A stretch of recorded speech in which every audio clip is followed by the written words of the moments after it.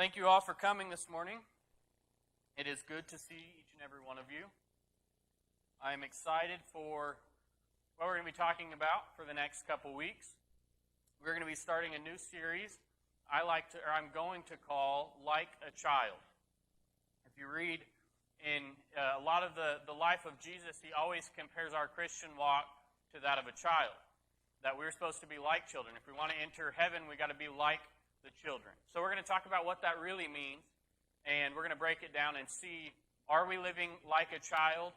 And if not, how do we get there? So, we're going to start in Matthew chapter 18 in verse 3 this morning, if you want to go ahead and turn there. And while you do, I will share a couple things with you. Giving options, if you do not know, we have giving here in the worship center. I want to thank everybody that's watching this morning. I'm so glad that we're able to stream to you again. Finally, after all of the technical difficulties we've had, I'm glad that we can finally get together this way again. I hate that you guys were missing out on everything that God was doing, but I'm happy that we're here together again. So, giving, we have a few ways you can give, either in person here at the church or on our website at PrueAssembly.com. There's a giving tab on there. You're welcome to give that way, or by mail if you're watching online, P.O. Box 220 here in Prue. And then we have Cash App, of course, which is an application on any smartphone that you can get that makes it super easy to give continually. It just sets it up so that all you have to do is put in the amount every single week. All right, are you there? All right. One person is. Stand with me, if you would, for just a moment as we read just a couple verses. Matthew chapter 18, verse 3. It says, And Jesus said, Truly I say unto you, unless you turn and become like children, you will never enter the kingdom of heaven. And then Mark chapter 10, verse 15, it says, Truly I tell you, whoever does not receive the kingdom of God like a child shall not enter it. This is the same story, two different paraphrases of the same situation. You may be seated. So, what do we know about children? I'm still learning, so don't take my word for it. There's a lot of things to know about children. They're creative. They're unknown amount of reason why, but they're so forgiving, right? When we don't deserve forgiveness, they still forgive us. They are trusting, sometimes to a fault. They are so joyful. They are imaginative. And this week we're going to be talking about that last one, imagination. If you look at any of God's creation, anything that He created, not a single other thing like people have imagination, creativity, and vision like we do. There is no other thing that God created that He gave that same amount of envisioning that He gave us. And the reason is, the Bible tells us that He made us like Him. He made us like God. And if you think about all of the things that God created, there's obviously some creativity considering nothing was before that everything was black and there was no light, there was no darkness, there were no stars, there was no earth. And He thought of all of that. He created all of it in His head and then made it. So that same creativity that God has, He now gives us. So to be like a child, one of the things that is, as we go through some of these other ones, is we have to be imaginative. We have to have vision and creativity like Christ. So what does it mean? Point number one is we have to receive the kingdom like a child. That's what the verse told us. We have to, in order to make it into heaven, it says that we have to receive the kingdom of God like a child. A couple weeks ago, Haley was telling me this thing that she read that said, if you tell your child that the grass is growing outside, but you do it with such enthusiasm, they're going to be just as excited to go see the grass grow outside. So she was like, do you think Isaac would do it? And I said, oh, I have no doubt. So we tried it. And I said, no way, Isaac, the grass is growing outside. And he said, what? And he ran over to the window, pulled the blinds out, and he wanted to see it.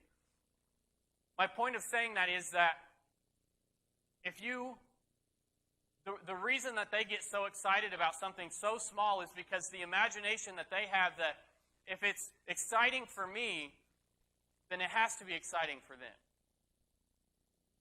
If I start telling my child that we're going on a Disney vacation and I start to break down all of the things that we're going to do, we're going to ride the roller coasters, we're going to see Mickey and Minnie and Donald, and we're going to go do all of those different things, They're going to start imagining those things in their head. They're going to start creating the situations in their head about what that trip is going to be like. If your child or grandchild hasn't seen you in over a year, and they see you across the airport, what do they do when they see you? They run up with excitement and with enthusiasm about how much they've missed you and how much they love you. If you describe a present to a child on before Christmas, leading up to Christmas, and you're like, we're going to get you this big old drivable car that you're going to be able to drive around the yard, and it's going to be so much fun, and we're going to get you it in this color, and all of those different things. They're going to be so excited that when they get there on Christmas and they open the present, they're going to be ecstatic because they know what's in that present. Now let's talk about you. If I told you that I was giving away $500 today, would you want it? Every one of you would say yes. If you don't, then you're lying. Because I would say yes. If I told you that there was a brand new truck outside that I wanted to give away to somebody, would you want it? What would your response be? Why do you think kids get so excited? Do you think it's because of the item that they're actually receiving?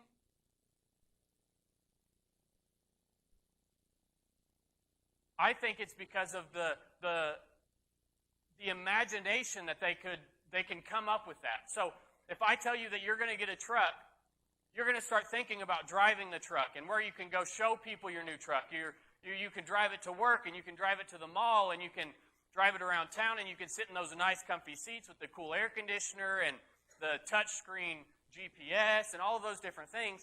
If I tell a kid that they're getting whatever it is, if I tell them about the Disney vacation, it's not just that they're going on a Disney vacation that excites them. It's what all that they can picture in their head about what that's going to look like to them. See, I don't know about your kids, but if I sit down, Isaac loves to draw and to color and all of those different things. And if I sit down with him and he says, Dad, look at this picture I drew. Most people is probably scribbles. Isaac draws the Mona Lisa, and we pretend like it's normal so it doesn't make anybody else mad. But most kids just draw scribbles, and then they say it's the Mona Lisa, but my kid's special. So that's a side note.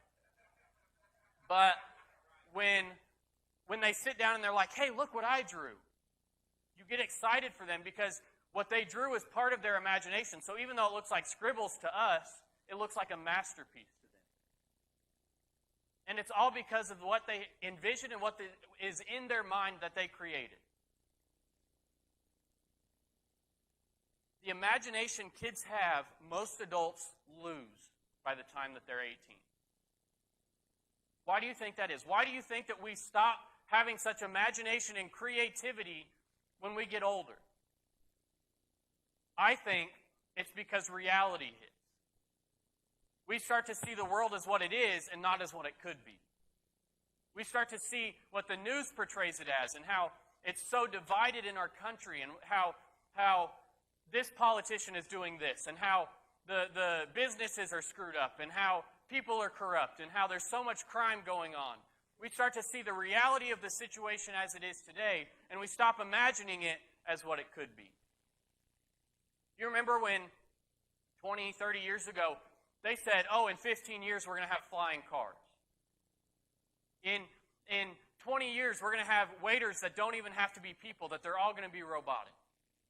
They had such imagination as the things that could happen, but so many of us adults today, we lose that imagination and that creativity because we see the world as it is. We start to tell our kids, yeah, you can imagine, but don't forget to be real about where you're at. You can want to be a fast food worker, but don't dream about being a doctor because our family doesn't go to college. You can dream about being a small business owner in Tulsa, but don't dream about owning a $4 billion company because our family doesn't do that. What kind of vision do we still have for our future? Just because we're older, just because we're not children anymore, doesn't mean Isaac tells me he wants to be a different thing every day. Some days he wants to be a fireman. Some days he wants to be a doctor. Some days he wants to be whatever it is. It changes every day. But he has the imagination to believe that he can be anything he wants. And I'm not going to take that away from him. I will never tell him he can't be anything that he doesn't want to be. And God tells us the same thing, yet we tell ourselves that we can't. What kind of imagination do you still have for your future? What kind of imagination do you still have for what God can do through you? So many times the Bible tells us that age doesn't matter. Young or old, age doesn't matter. Yet we think that when we get to a certain age that we've done so much with our lives, we've accomplished enough that we can let the next generation take over. We can let them continue from where we left off, and we can just sit back and watch them do what we started for them. But look at the lives of Abraham. Look at the lives of Jonah. Look at the lives of Noah. All of the people that, some of them didn't even start until halfway through their life. Some of them, most of them, didn't finish walking their race, running their race, until the day that God took them away. I love the story of Ezekiel and the dry bones, because all of those people had lived their life in that valley. Their lives were over. They had finished it. They had ran their race, and their time had come, and God said, no. I still have life for them. I still have dreams for them. I still have a vision for their life. Yet we don't have a vision for our own. Why? Point number 2, the vision of a child. I called this week imagination because it's an incredible gift that God gave us to have vision and imagination like a child. Many people, we believe that we evolved from different species, right? We've all heard it, that we evolved from monkeys, or we evolved from rhinos, or we evolved from a whale. I don't know what you've heard, but that we evolved from something. But I just can't comprehend that we can have what we have, that we've learned what we've learned, and those animals are still where they're at. The things that God has given us, the creativity, the imagination to dream bigger for the human race, it didn't come from animals, because we're the only ones that continue to grow and become what we are. We can envision extraordinary things to happen. But I'm going to challenge you today in that we can also envision catastrophic things for our lives. Did you know that the only reason we have stress and anxiety and all of those different things is because we start picturing the worst thing that can happen in a situation?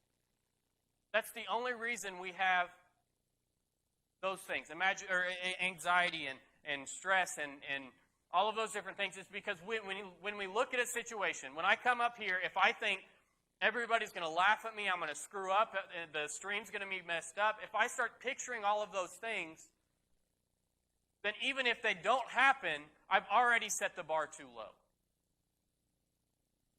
If I set my vision as big as I can think of, then even if it doesn't hit the mark, we're at least going to hit where we would have anyway. So my point is, we create the situations that we end up with based on how we start to perceive them. If I go into a job and I said, I don't really know if they're going to like me at this position, if I don't really believe that I have what it takes, and I walk in and I come in with that attitude to that interview, they're not going to hire me. But if I come in and say, I'm God's child, He gave me everything necessary to complete this job, He gave me everything I need to reach everybody I can in this situation, then when those things come, they're going to see that confidence radiating off of me. They're going to see that God is in me and that He gave me a different confidence that separates me from everyone else that they've interviewed. Vision can be good or bad depending on how we use it. I'm going to give you an example. Genesis 3 verse 6 says, when the woman saw the fruit of the tree of knowledge of good and evil was good and pleasing to the eye and also desirable for gaining wisdom, she took some and ate. When the woman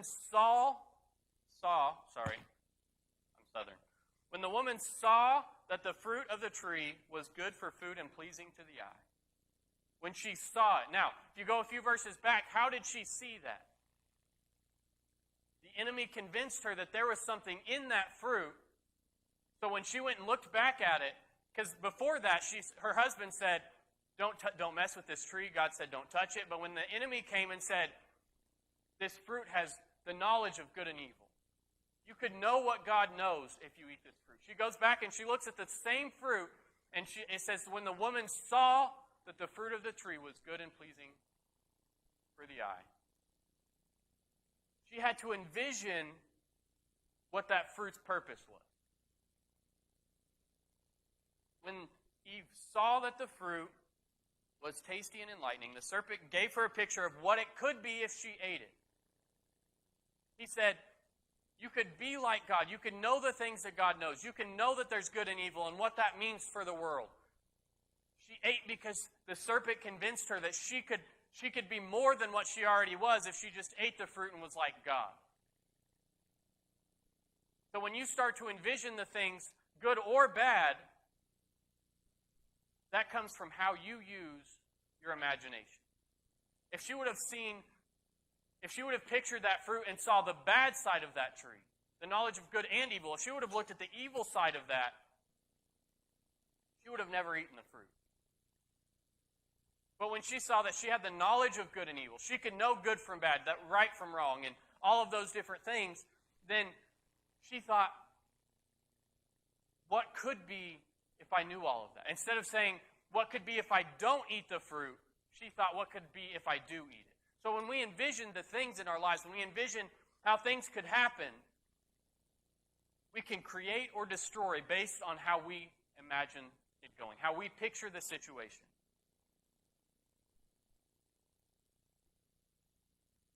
Anxiety comes from imagining things that aren't real as though they are, picturing something that hasn't happened as though it already has. If I come up here to lead worship and I'm terrified that I don't sound as good as I want, or that I am sick and my voice is going to be messed up, or I go into my job and I say, I'm not feeling it today.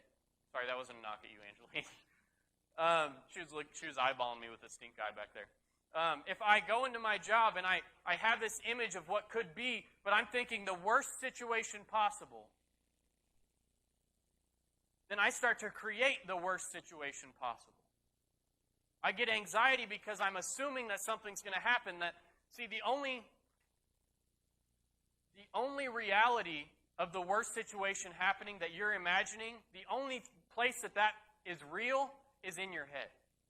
Hear me when I say that. The only place that situation is real is in your mind.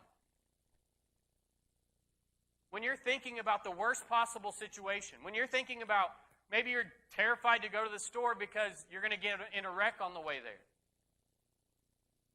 When I'm picturing the worst thing that can happen, the only place that exists is in my head. Because I haven't got in a wreck.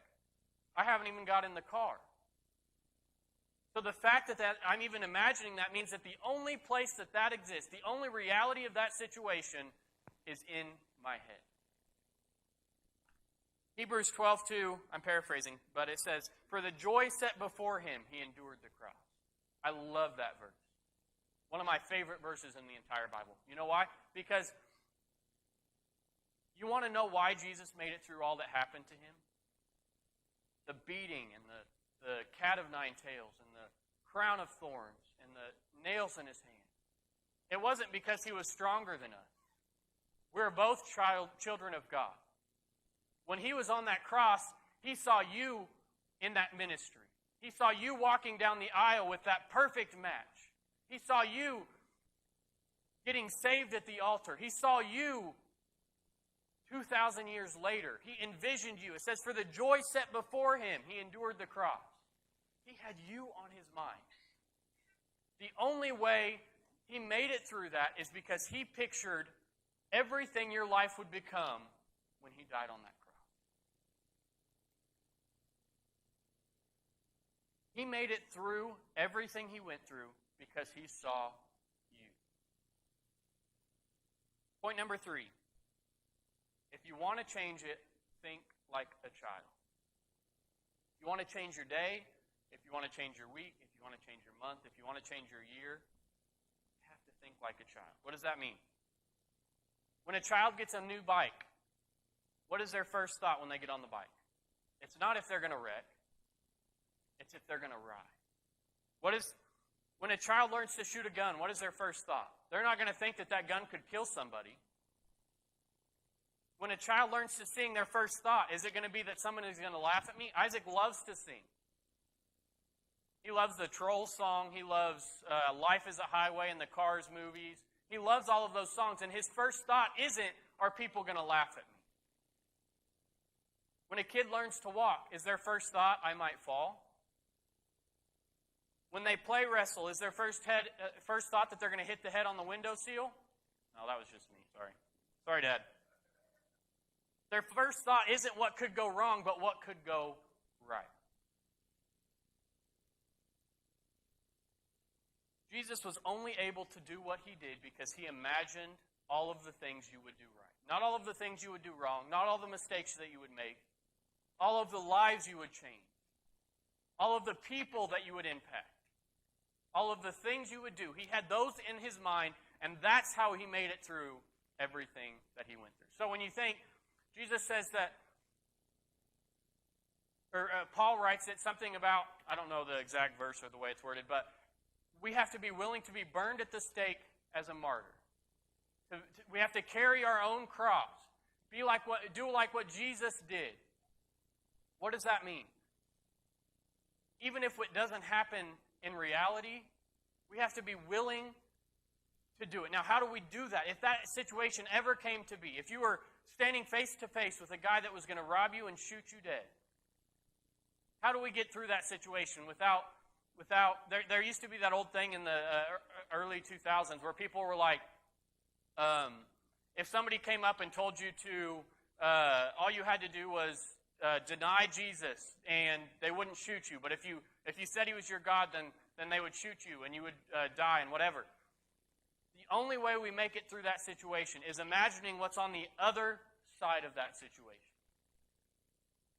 If I look at the reality, the state of where we are in our country today, if I look at the things that are as though they are today, it's never going to make sense. I'm never going to get to where I want to go thinking about where I am today. This church is never going to get to where it needs to go thinking about where it is today. I don't know where you are in your life. I don't know what situations you're in, but stop looking at the reality of the situation as it is today and start looking at the reality of the situation as it is tomorrow. You're creating the situations you don't want by allowing the existence of those situations in your head. The only place those thoughts exist is in your mind. Point number 4, vision creates opportunity.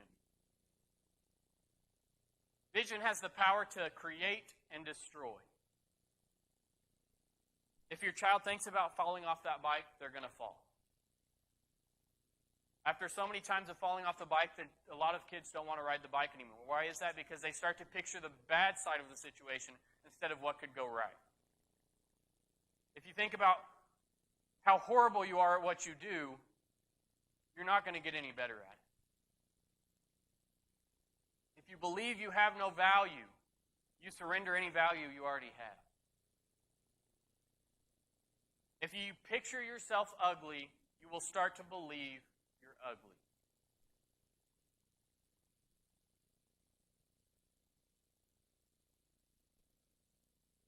If you want joy in your life, stop looking at the worst possible outcome and start imagining the best possible outcome. See, the way Jesus made it on that cross was because he saw the other side of death. When he died on the cross, the reason that death didn't scare him, see, that verse I read you, I don't actually think I read the verse, but Jesus went into the Garden of Gethsemane and was terrified. He said, Jesus, please take this cup from me.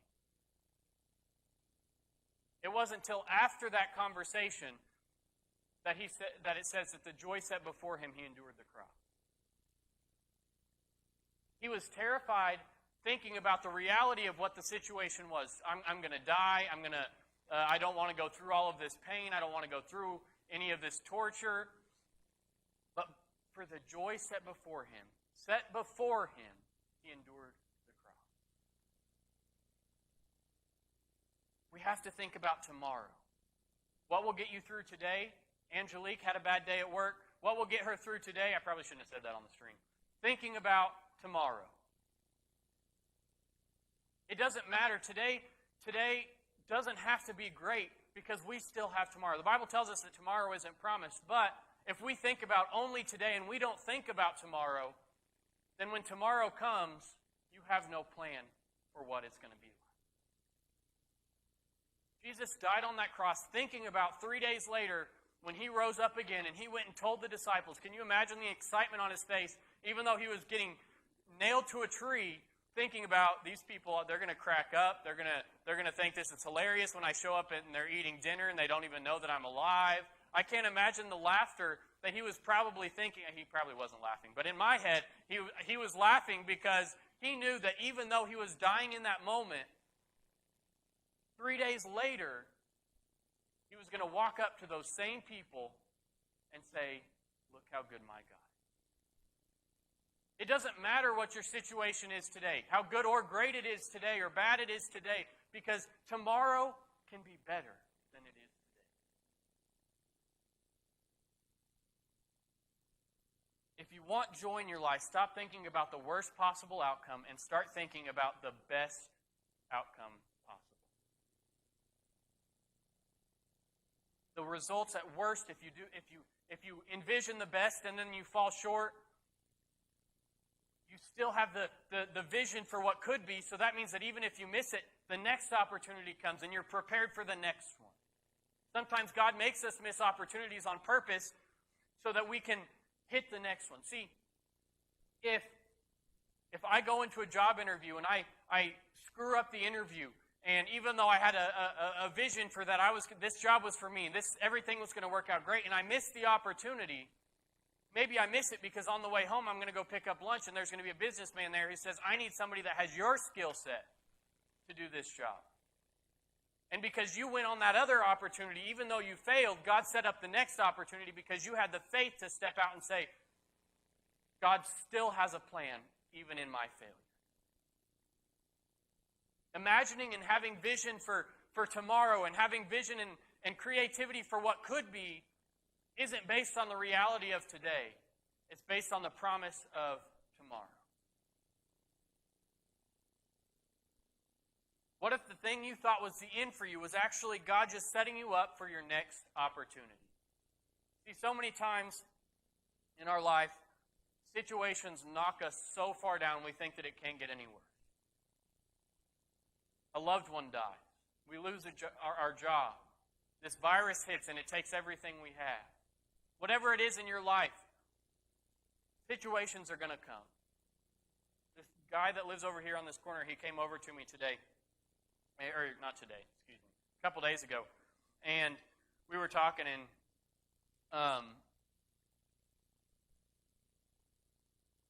we were talking about how sometimes the situations that God bring our way, they don't make sense in the moment. We don't know why he's having all that damage from that storm. We don't understand why those things happen. But God always has a reason on the other side of that. So even though the situations get as bad as we can perceive them, even though we don't think that they can get any worse, whether it be a loved one or whatever the case may be, even though it doesn't make sense to us,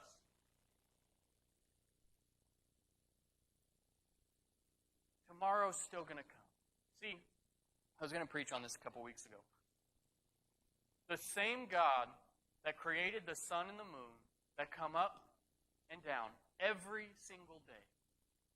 Every day, nonstop, for however old the earth is. 4.6 billion years? Is that what they say?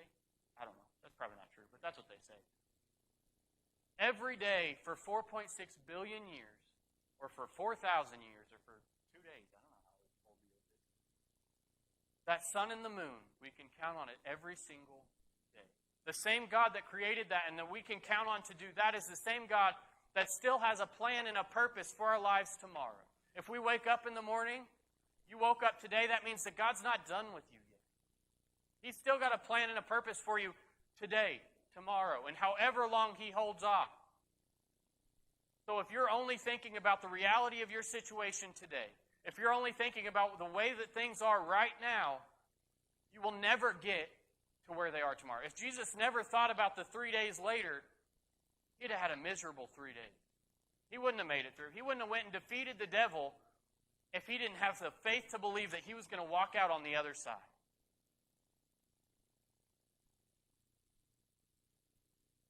Vision can be the beginning or the end of any situation. The choice is yours. As I close this morning, if you want to put on some music. The reason kids have such wonderful imaginations is because the world hasn't messed them up. It hasn't come in and screwed with them and I probably shouldn't say that word, my bad. It's come in and done things that make them, that they haven't seen the world as it is. They haven't seen how bad people are. They haven't seen how distrustful people are, or how you shouldn't get close to some people, or how life is going to be horrible sometimes. They haven't seen all of that. But I believe that God gives us a vision. The verse said that we have to have imagination like a child. We have to be like a child to make it.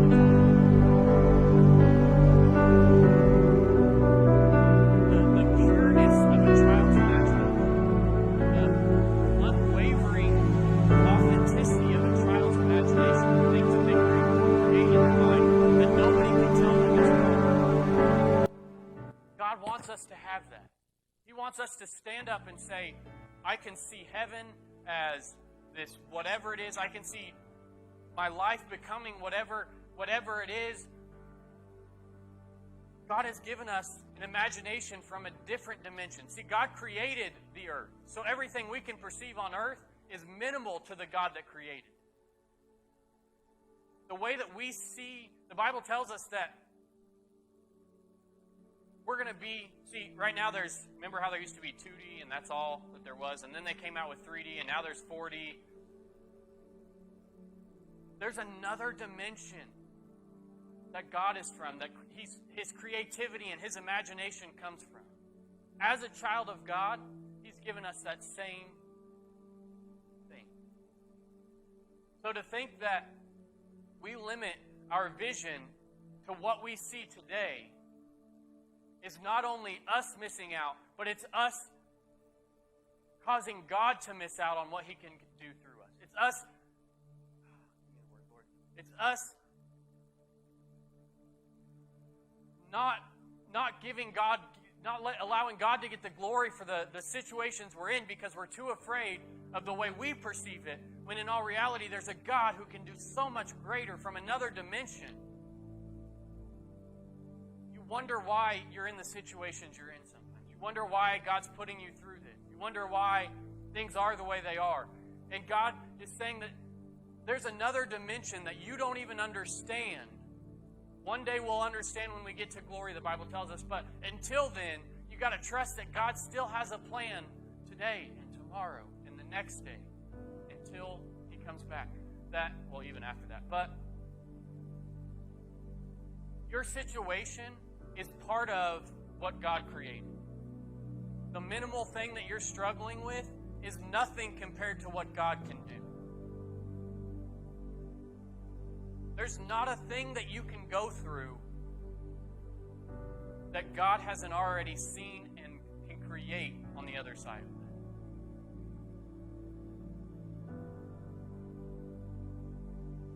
that. Job, as another example, had all of those different things happen to him. He had boils, his family died, all of those different things.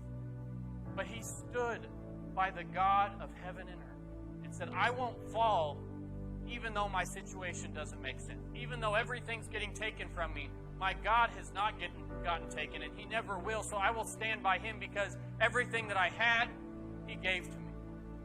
He stood on the promise that God will bring back more tomorrow.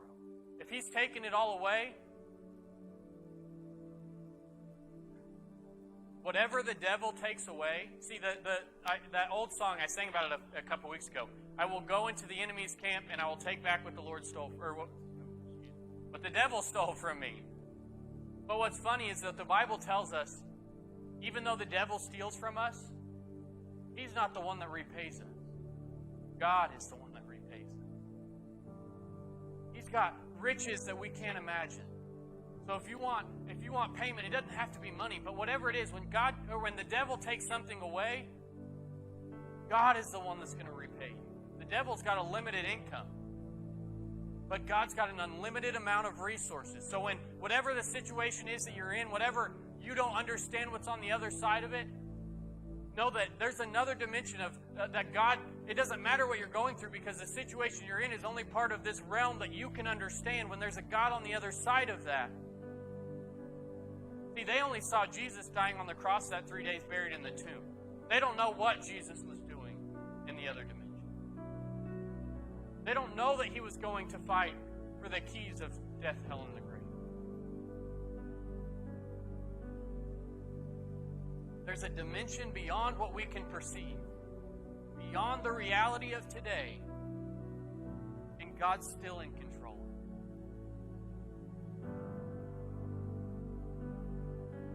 We're so busy worried about the way people look at us, the things that we go through during life, the way the world is so screwed up. If you want to have imagination and vision and creativity like God, you got to get your eyes fixed back on Him. Get your eyes fixed back on the one who gives us that vision.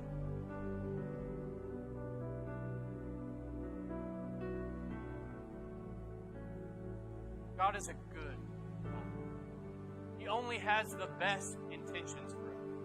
I talked about that a couple weeks ago. He only has, as our Father, the best intentions for us. He doesn't want us to dread our life on earth.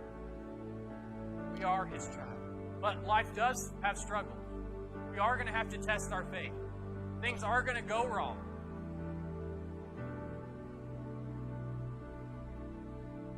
But if you look at your failure as a potential setup for what God can do, as opposed to another failure, then imagine the possibility. Imagine the possibility of seeing the potential in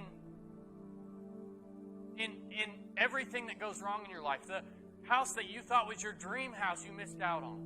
The job you thought was the perfect job. The spouse you thought was the perfect spouse. Whatever it is, we often see it as a misstep, or that we did something wrong, or that everything's just screwed up in our lives. But if we start to look at those things with a vision and imagination and a perspective beyond our dimension, and see that there's a God looking that has, think of it like a map. We see what's right in front of us. We see this church that we're in. We see the people that are in front of us. God's looking at the earth as a map. He sees every situation.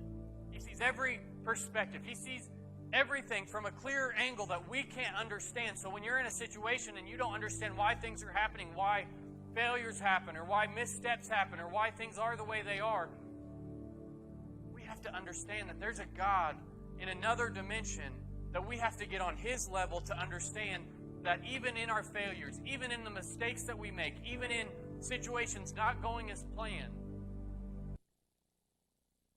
He's still in control. He's still the God of heaven and earth, the Creator that created the sun and the moon that come up every single day. And He still wants to help you through that situation. So stop looking at the reality of today and start looking at the possibility and the vision of, Lord, thank you for the opportunity to be here with your people. Thank you for the word you've laid on my heart, Lord, that we would stop looking at the reality that today is so messed up, that the world is so screwed up, and there's nothing on the other side of that. Lord, you created the world we live in today. You didn't create the corruption, but you created the world. You created everything that we know. So, Father, I pray that you would open our hearts to see not just what's in front of us, but from your perspective, see the hurting and see the hearts of those around us, the things that we can do that you've laid inside of us. Open our hearts to see you, to have a vision like you, to have creativity to have a picture like you. Lord, I pray that we would leave here changed in our perspective. That even though life is hard, even though things don't always work out the way that they should or the way that we think that they should, Father, that you still know what you're doing. You're not out of control. You're not missing a step, Father, but you are still God. I thank you, Father, for every person that's here this morning and every person that is watching online, Lord, that you would start to lay on the hearts of those that are watching that and those that are here, Father, that you are bigger than everything we go through. I pray that you would open our eyes to see as you see and not as what we